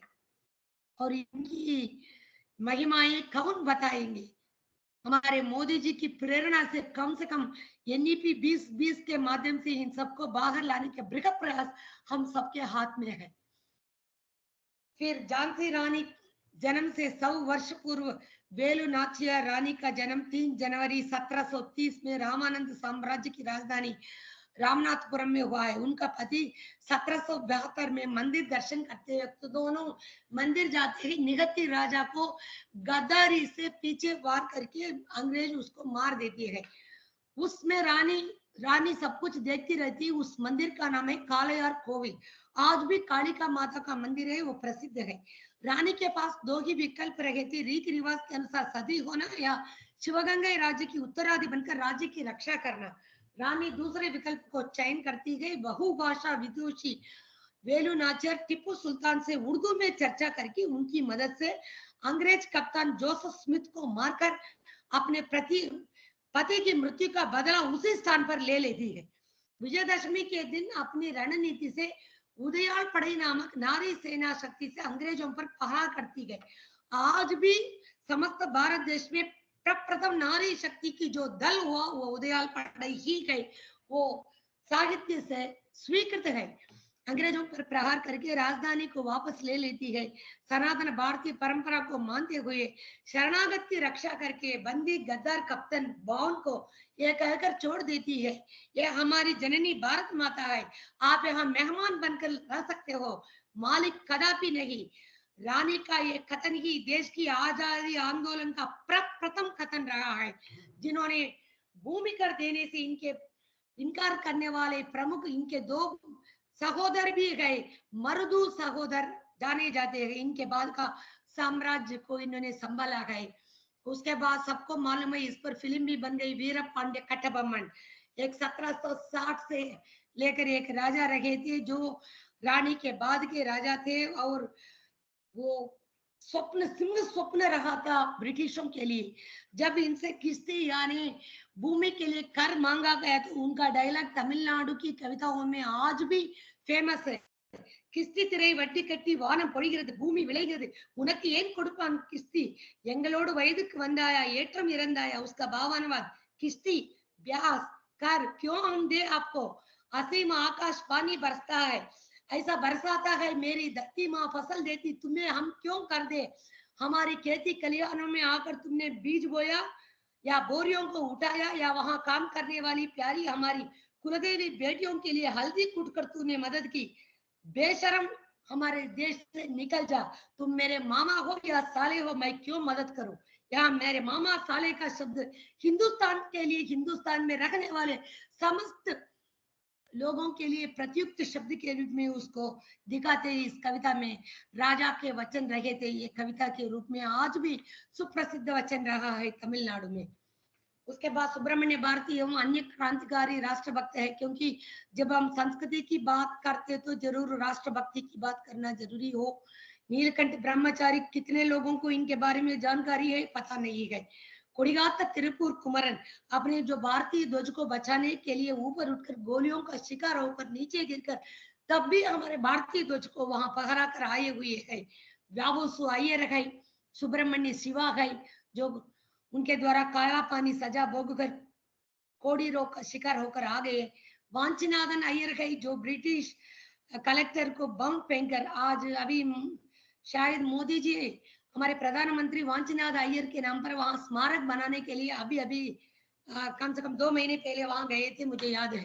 फिर वाऊ चिदम्बरम पिल्ले, ये पहले प्रथम भारत के जो जहाज चलाए हुए हैं, जिनके ऊपर चिढ़कर इनको काला पानी की सजा उन्होंने दी है अंग्रेजों ने, तब भी ये टस से मस नहीं हुई और इनको चक्रियत सेम्मल के नाम मतलब 20 साल कारावास में नरक यातना जेले गए। कोलू का बैल की तरह इसको बैल की तरह उन्होंने वहां घुमाया है, इसलिए इनका नाम चक्रियत सेम्मल के नाम से प्रसिद्ध हो गया। उसके बाद है हमारे सुब्रमण्य भारती कवि गई, स्वतंत्रता स्वर सुब्रमण्य भारती की रचनाओं में उनका जन्म कब हुआ है आप देख सकते हो। 1872 के आसपास के कवि है। 11 दिसंबर और भारत देश के भाषा दिवस के रूप में मोदी जी ने इसको स्वतंत्र दिवस, मोदी जी ने भाषा दिवस के रूप में इसको प्रकटित किया है। स्वतंत्रता का स्वर भारती के रग रग में व्याप्त है। उच्च नीच सबल निर्बल धनी निर्धनी ऐसी भेदभाव को उन्होंने हटाया। राष्ट्रीय गीत के नाम से देशीय गीत अंगल उनका प्रमुख है। कुल मिलाकर सुब्रमण्य भारती ने 400 रचनाएं की है। आप सोच सकते हो अड़ती उम्र ही जिए थे उस कवि, लेकिन उनकी रचनाएं आज भी शोध कार्यरत है, पूरी तरह से उन पर शोध नहीं हुआ है। और बहुत गर्व के साथ मैं बोल सकती हूँ कि मेरे अधीन में अभी एक बच्चा संजय दान सुब्रमण्य भारती एवं सूर्यकांत निराला पर कर रहे कई शोध कार्य। ऊंच नीच के भेदभाव, अमीर गरीब, स्त्री पुरुष के भेदभाव, अधिकारी चपरासी को मिटाकर देश की आजादी के साथ इन सबको मिटाने वाले वंदे मातरम एंगोम एंगल मान लेता है कापों की मान से एंगल नाडु हमारा देश, जय भारत, मेरी माँ, उग्र माँ, अंग्रेजों के खिलाफ किस तरह से वो कालिका है, भारत माता, जागृति गीत, भारत माता, नवरत्न माले, माता का ध्वज, सब भारत समुदाय, इन सब की कृतियां है। भारती ने भारत माता के शीर्षक पर सैकड़ों गीतों की रचना की है। 30 கோடி முகமுடையால் உயிர் மைப்புறம் உண்டையால் செப்பு மொழி 18 சிந்தனை ஒன்றுடையால் भारत माता 30 करोड़ मुखवाली तू जान एक है 18 भाषाएं तुम्हारी है, लेकिन तुम्हारी विचारधारा एक ही है, भारतीयता है। उस समय 18 भाषाएं थी, अब 22 हो गए है। भारत माता को उन्होंने संपूर्ण दृष्टि से भारत को भारत माता के रूप में स्वीकार किया। भारतीय का दृढ़ विश्वास है कि जब तक राज्यों की एकता यानी भाषाओं की एकता ना होती, तब तक राष्ट्रीय एकता की संभावना ही नहीं है। भारती के अनुसार भारत देश का नाम सुनते ही शत्रु लोग तर कांपते गए। डर के कारण भारत देश कविता में देश के नैसर्गिक सौंदर्य के साथ प्राकृतिक शोभा को जोड़ने वाले कवि भारत देश की शोभामयी यात्रा का कविता से करते गए। उसी कविता में वो बोलते हैं कि रेडियो का आविष्कार हो जाए, ऐसे ही एक परिकरण का आविष्कार हो जाए, काशी के विद्वान का प्रवचन हम कांचीपुरम में बैठकर सुने, उनकी जो भी आशा, उनका सपना आज पूरा हो गया। हम देश भर में कहीं भी विदेश में भी बैठकर आप देख रहे हैं उनका जो भविष्य का। और राजस्थान के राजपूत वीरों को उन्होंने कर्नाटक के श्रेष्ठ गुणवत्ता वाले कोलार स्वर्ण पदक को देकर सम्मान करने का प्रस्ताव रखते हैं। कवि भारतीय संस्कृति के तारक मंत्र वसुदैव कुटुंबकम के प्रबल समर्थक रहे हैं। सारे भारत को एक परिवार मानने वाले भारत के राज्यों के बीच में आदान प्रदान मानवीय एकता को आवश्यक ही नहीं, अनिवार्य भी मानते हैं।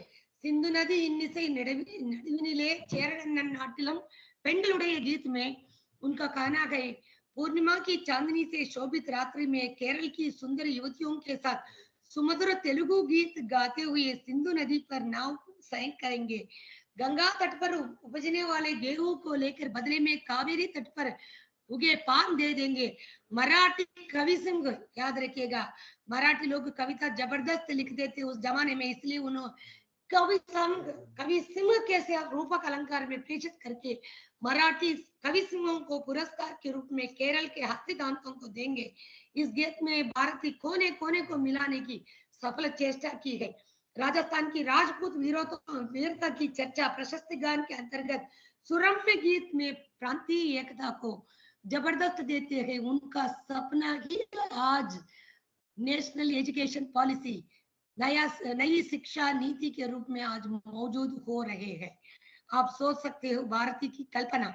उसके बाद भारतीय स्वतंत्रता स्वर के बाद भारती ने कई सैकड़ों गीत लिखे थे। उसमें अगर आप देख सकते हैं भारत समुदाय वाळु, एक और गीत है भारत समुदाय वाळु में कवि भारती संपूर्ण भारत को एक समाज के रूप में देखकर लिख रहे हैं।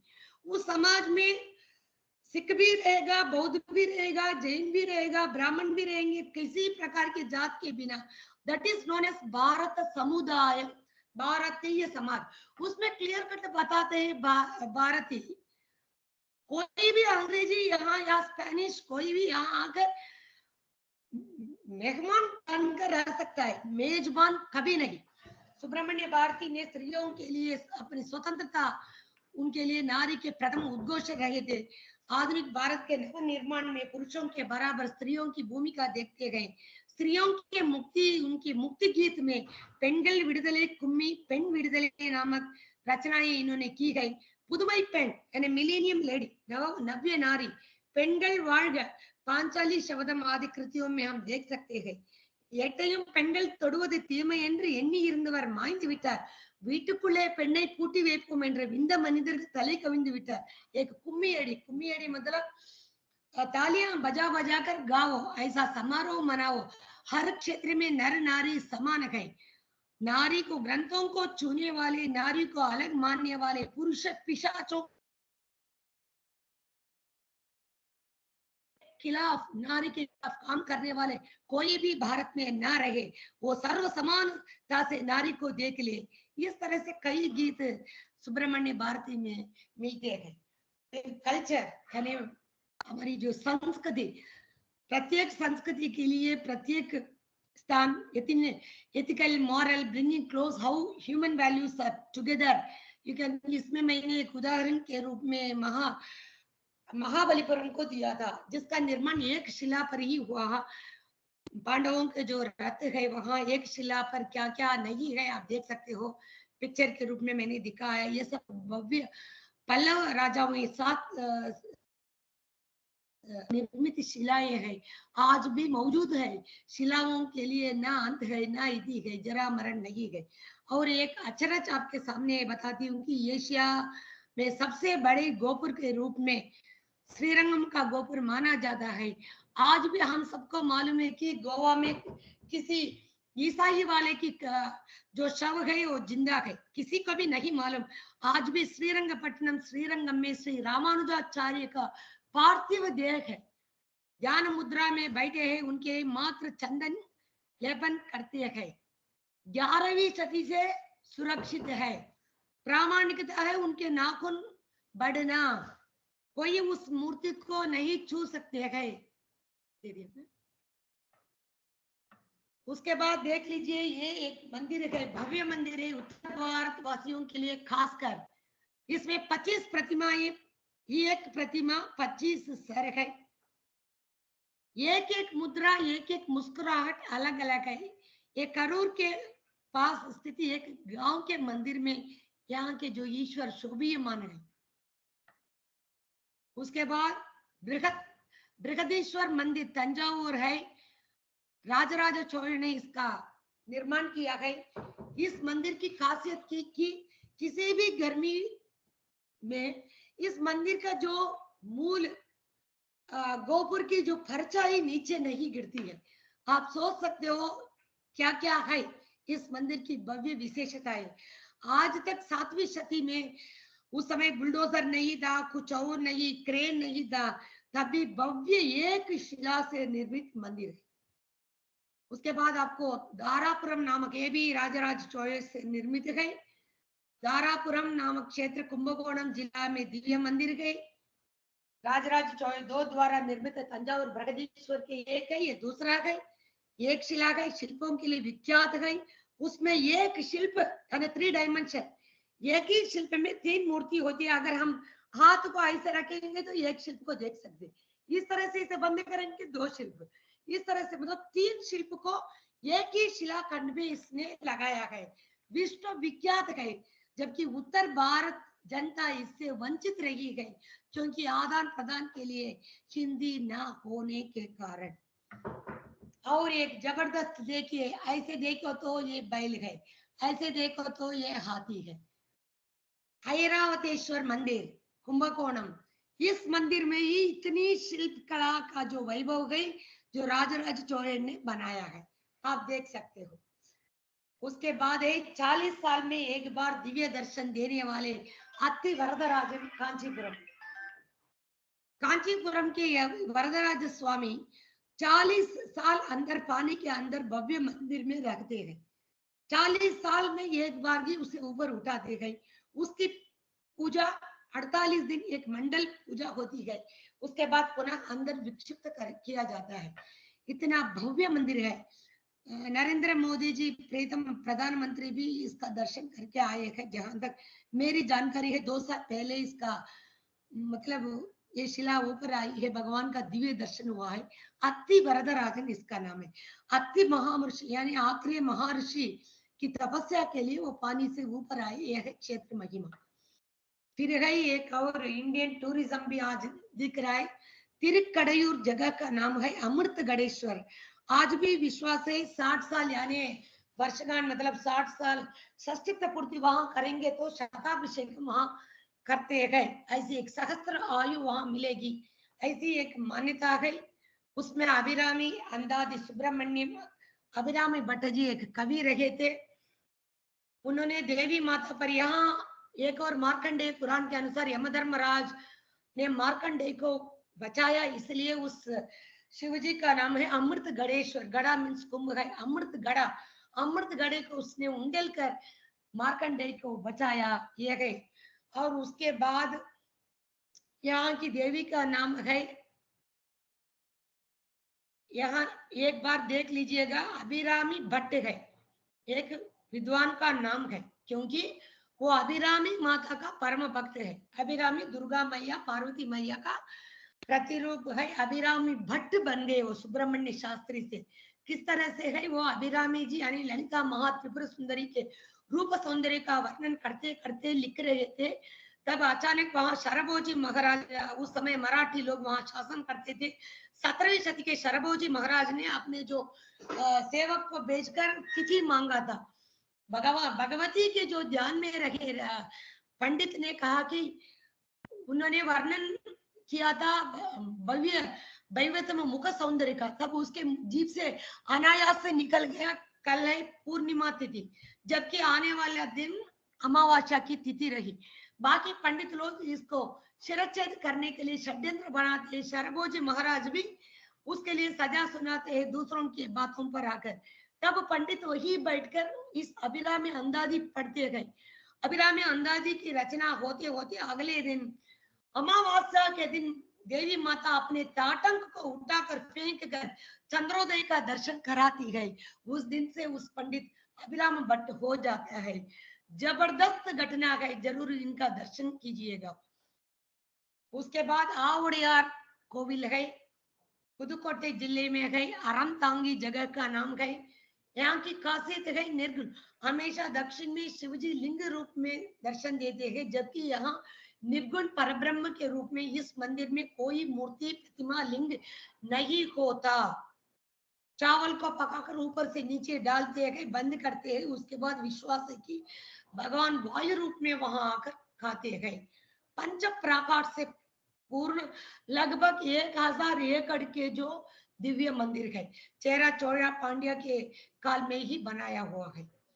उसी ऐरावतेश्वर मंदिर का एक है, इसका नाम है चक्र मंडप। दूर से देखेंगे तो हमें दिखता है कि ये रथ घूम रहा है, जबकि रथ स्थित है, इसलिए इसका नाम है मंडप रथ, यानी चक्र घूमने वाला एक सादृश्य हमें दिखता है। सुब्रमण्य भारती के जो अंतिम कविता के साथ मैं अपने जो भाषण को समाप्त करना चाहती हूँ। பிறநாட்டு நல்லறிஞர் சாத்திரங்கள் தமிழ் மொழியில் வேண்டும், இரவாத புகழுடைய புது நூல்கள் தமிழ் மொழியில் இயற்ற வேண்டும்।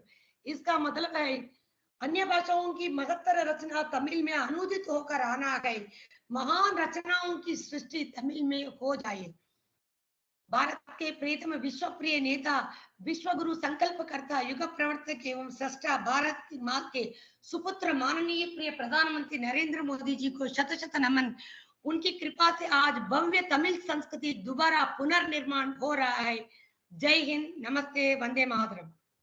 मैम, हम आपका बहुत बहुत धन्यवाद करते हैं, क्योंकि आपने आज हमसे जो अपने इस बेहतरीन अनुभव को साझा किया है, ये हमारे लिए बहुत ही बहुमूल्य है। और मैं आशा करती हूँ कि भविष्य में भी आप हमसे और भी ऐसी कुछ बातें जरूर साझा करेंगी, ताकि हमें ज्ञान प्राप्त हो और आपका आशीर्वाद प्राप्त हो। धन्यवाद मैम। जय Hind.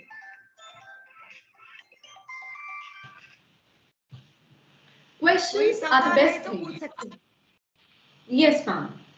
Questions are the best thing one can have, because asking questions is what leads you to gain more knowledge and better understanding. So, with these words, let's start a session of question iron. So, I request you all that you may please come up with your queries. You all can raise your hands, or you can write your questions in the chat box, and we will convey it. Ma'am, actually we are running short of time, so we'll send you all the questions later on. Yeah. Thank you, ma'am. So now I would like to call Ms. Nidhi Bharti to give the vote of thanks. Thank you, Bhamini. Everyone, please accept my greetings. I wish you all a wonderful evening. Thank you is a prayer that cannot be seen or felt. It must be felt from the heart. It gives me great pleasure to be able to express my gratitude to all of you. I'd like to express my heartfelt gratitude to our evening's guest, Dr. Kiran Singh Verma and Professor Dr. N. Lakshmi Iyer for their generous time. I am grateful to Professor Dr. Kumkum Ray, our distinguished director, for enlightening us. I would like to express my heartfelt gratitude to our faculty organizing team for their support in all of our projects. No words can express how grateful we are to our wonderful anchors for the day, Ms. Bhamini Mishra and Mr. Jeremy Pradhan. Congratulations on hosting such a delightful session. A heartfelt thank you and appreciation to our student organizing team for their hard work and dedication in putting on such an engaging and educational workshop. Last but not the least, I'm grateful to such an amazing audience for their time and attention. Thank you to each one and thank you to each one of you, and I wish you a happy evening. Thank you very much, Nidhi. Speech has power, words do not fade. What starts out as a sound ends in a deed. And this brings us to the end of the second day of International Workshop. But that's not all.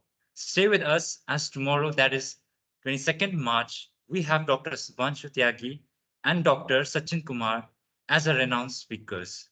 Hope to see you all tomorrow. Wishing everyone a safe and prosperous day ahead. Thank you.